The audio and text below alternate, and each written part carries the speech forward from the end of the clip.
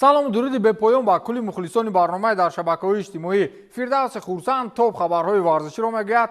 Рафтем. футболбози дастаи Ньюкасл Юнайтед Сандро Тоналиро бо ҷурми пулхобонӣ дар натиҷаи рақобатҳо аз ҳаққи иштирок дар бозиҳои ин мавсим ба пуррагӣ маҳрум карданд. гуфта мешавад ки Сандро Тонали замони дар дастаи Милан буданаш натиҷаи бозиҳоро тавассути барномаҳои букмекерӣ пешгӯӣ мекард ва ин ҳангоми исботи худро пайдо кардан ба давоми карьераи футболбоз таъсири бад гузошт. инро пойгоҳи хабарии Reuters дар такя ба иттилои сомонаи расмии Федератсияи футболи Италия расонаӣ кард. дар пайи ин маҳрумшавӣ аз бозиҳо муддати 10 моҳ дар ягон бозиҳои Премер-лигаи Англия ва ҳамчунин дар сурати роҳ ёфтани мунтахаби Италия ба чемпионати Аврупо Сандро Тонали дар ягоне аз ин мусобиқаҳо иштирок карда наметавонад. ин мавсим барои футболбози итолиёвии Ньюкасл Юнайтед аллакай хотима ёфтааст. طبق مقررات کمیته انتظامی فدراسیون فوتبال ایتالیا برای نماینده‌های باشگاه‌ها از قبیل فوتبالبازان و هیئت اداره کننده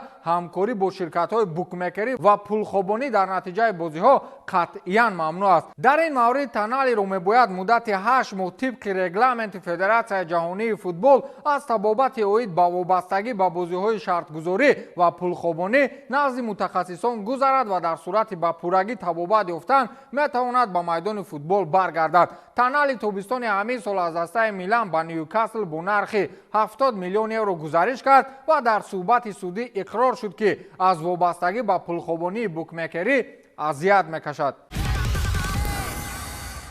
من برای شما راهی آسان‌ترین انتقال مبلغ از روسیه به تاجیکستان رو پیدا کردم. از کارت دبیتی تینکوف بلک استفاده برید و از بهترین خدمت رسانی‌های آن بهره‌ور شوید. نه کمیسیا و نه دردسر زیادتی دیگر. انتقال از روسیه به تاجیکستان، ازبکستان و قرقیزستان با کارت دبیتی تینکوف بلک به کمیسیا آسان است. برای گرفتن آن داشتن شهروندی روسیه شرط نیست. تنها با استفاده از پیوند در توصیف بوده درخواست گذارید و کارت به شما رایگان در همه جای در روسیه برایتان موافق رسانیده می شود. کارت یک چند برتری های مهم دارد. با این کارت شما می توانید با رقم تلفن توسط برنامه به کمیسیا با تاجیکستان، ازبکستان و قرقیزستان مبلغ انتقال دهید. در برنامه شما در حال خواهید دید که چقدر پول با گیرنده با پول ملی به کمیسیای پنهانی می آید. گیرنده می تواند پول را بانک نرفته در حال استفاده برد. شما می توانید بانک را با زبان دلخواهتان استفاده برید. برنامه بانکی و بانکمت های تینکوف با زبان های تاجیکی، ازبکی و قرقیزی کار میکند و خدمات دستگیری بانک با زبان‌های ازبکی و تاجیکی است. این کارت اینچنین با دیزاین جالب با نقش و نگار خاصه ما دسترس است. پیوندی در توصیف بوده را پیگیری کنید، کارت دبیتی تینکوف بلک را درخواست نمایید و از همه برتری‌های آن استفاده برید.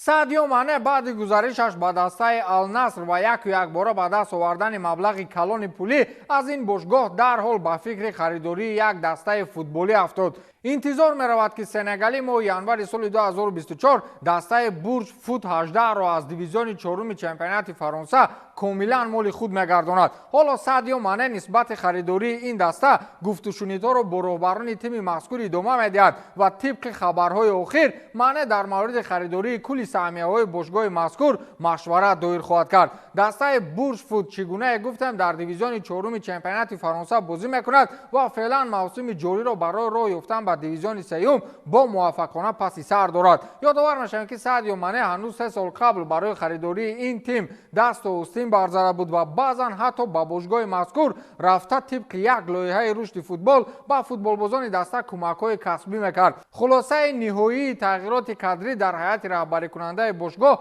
قرار است ماه ینور سال 2024 اتفاق افتد.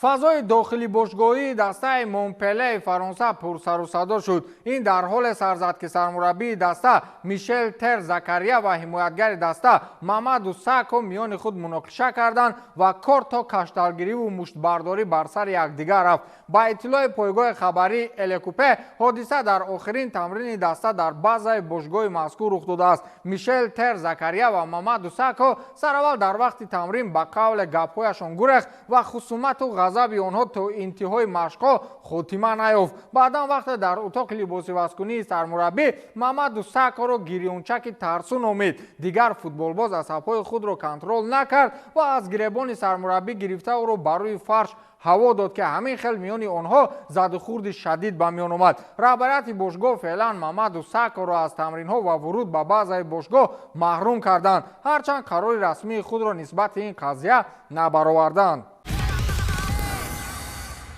собиқ сармураббии Лионел Месси Криштиану Роналдуро беҳтарин футболбози дунё унвон дод. чанде қабл дар курсии сармураббигии дастаи Ал-Дуҳайли Қатар тағйирот ба миён омад ва ба ҷои Эрнан Креспо собиқ сармураббии ПСЖ Кристоф Галтие симати сармураббигиро гирифт. дар бозӣ миёни дастаҳои Ал-Дуҳайл ва Ал-Наср Криштиану Роналду ба дарвозаи дастпарварони Кристоф Галтие 2 гол зад ва ҳамчунин як паси голии дигар ба Талиска дод ки дар ниҳоят Ал-Наср ғолиби рақобат гардид. баъдан дар нишасти матбуотӣ оиди натиҷаи бозӣ аз Галтие пурсон шуданд. ӯ гуфт ки вақте бо Роналду бар ин бозингарон бархурд мекунӣ ба даст овардани ғолибият хеле мушкил аст. ӯ 2 голи зебоеро дар ин дидор ба ҳадаф расонид. аз ин рӯ ман ягон хел ӯро танқид карда наметавонам. корҳое ки ӯ дар футбол мекунад бовар карда намешавад. барои шахси қариб 39 сола ин чиз ғайри мумкин аст. барои ҳамин Криштиану барои ҳамешагӣ футболбози рақами 1 дунёст, гуфтааст Кристоф Галтие.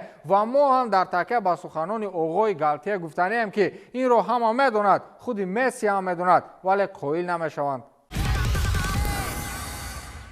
голи ҳамлагари тими Ливерпул Муҳаммад Салоҳ ба дарвозаи Тулуза дар Лигаи Аврупо голи 43-уми мисрӣ дар мусобиқоти аврупоӣ буд. то ба ҳол ягон бозигар аз дастаҳои Премер-лигаи Англия дар ҳайати як даста дар Лигаи Чемпионҳо ин шумор гол назаданд. қаблан ин нишондод ба Терри Анри тааллуқ дошт ки фаронсавӣ ба задани 42 гол дар мусобиқаҳои аврупоӣ даст ёфтааст. ҷои сеюмро дар радабандӣ собиқ ҳамлагари тими Манчестер Сити Серхио Агуэро бо 40 гол ишғол кардааст. ёдовар мешавем ки дастаи Ливерпул дар бозии даври сеюми марҳилаи гурӯҳии Лигаи Аврупо дар майдони худ бар тими Тулуза бо ҳисоби 5-1 ғалаба кард. вохӯрии дастаҳо дар варзишгоҳи Энфилд дар ҳузури 51210 нафар мухлис баргузор шуд. голҳоро аз ҳайати мерсисайдиҳо Диого Жота, Ватару Эндо, Дарвин Нунес, Раян Гравенберч ва Муҳаммад Салоҳ ба самар расониданд. ва ҳоло дастаи Ливерпул бо 9 имтиёз дар гурӯҳи Е пешсаф аст.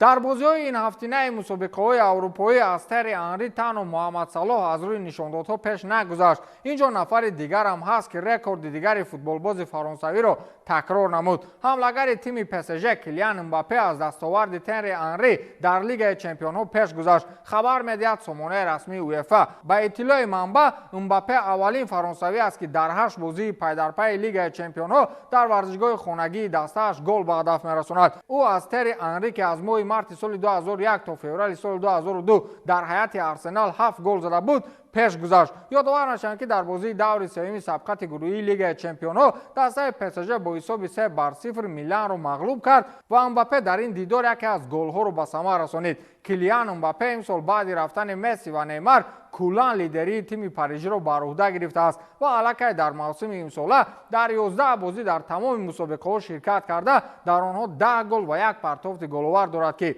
ин нишондоди баланд дар арсаи футбол дониста мешавад. аммо Дидие Драгба мегӯяд на Мбаппе ва на Ҳоланд наметавонанд ҷойгузини Роналду ва Месси бошанд. ӯ дар ин маврид номзадҳои дигар дорад ки номашон Ҷуд Беллингем ва Винисиус Ҷуниор ҳастанд. ба ҳамин тамом то дидори навбатӣ хайр.